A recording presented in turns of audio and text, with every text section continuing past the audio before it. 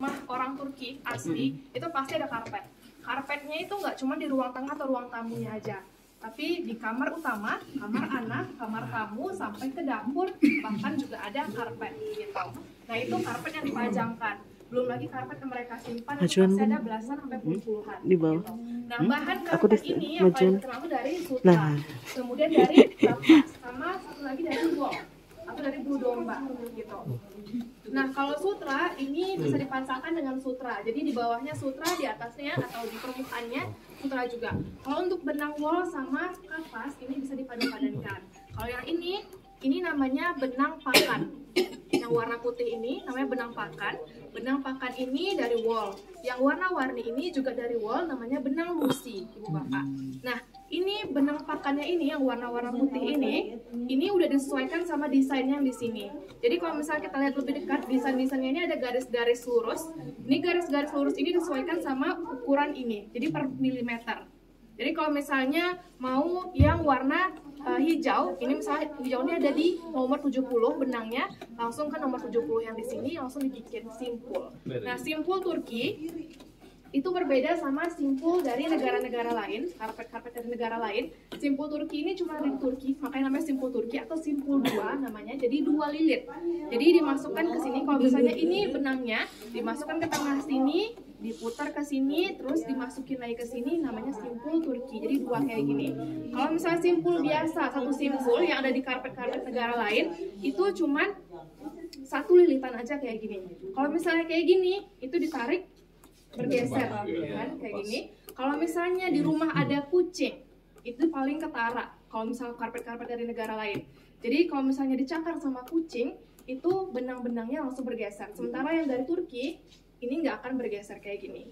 Nah, simpul Turki ini sudah ada sejak lama, dari 2500 tahun yang lalu gitu. Nah, sekarang ibu ini akan menunjukkan simpul Turki gimana. Jadi lihat lebih dekat aja.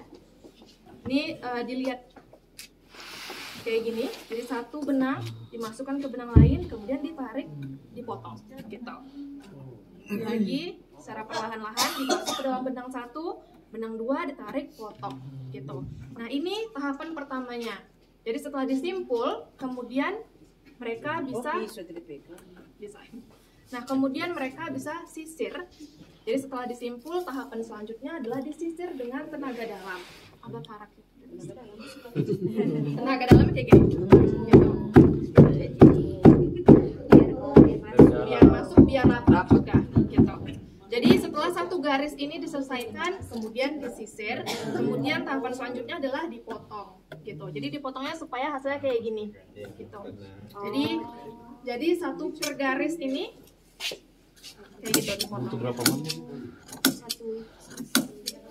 Jadi tahapannya disimpul, kemudian dipukul atau disisir, baru dipotong biar rapi gitu. Nah tadi kan saya bilang ini bahannya dari benang wool atau benang kapas. Nah benang kapas sama benang wool itu warna aslinya warna apa Ibu Bapak? Putih, benar. Terus pasti ada nanya ini warna-warninya dari mana gitu. Ada yang tahu dari mana? Dari tumbuhan. Dari tumbuh-tumbuhan, dari pohon, dari dedaunan atau dari buah-buahan gitu. Jadi ini nggak ada pakai bahan kimia. Pembuatannya ini biasanya daun atau buah, atau biasanya juga akar juga bisa. Itu dimasukkan ke dalam air panas, air mendidih. Itu contohnya ada kayak sana, ada tungku di sana. Itu direbus selama 3-5 jam. Jadi ketika warnanya udah berubah jadi warna tumbuh-tumbuhannya tadi, itu disaring, kemudian dimasukkan alum. Alum itu semacam garam kristal. Jadi fungsi alum itu supaya warnanya ini meresap sampai ke serat-serat benangnya. Jadi biar dia tahan gitu, nggak akan pudar gitu. Nah setelah dimasukkan alum, benang wool atau benang kalau sutra aja nggak bisa pakai pewarna alami karena sutra itu nggak meresap. Benang kapas itu dimasukkan.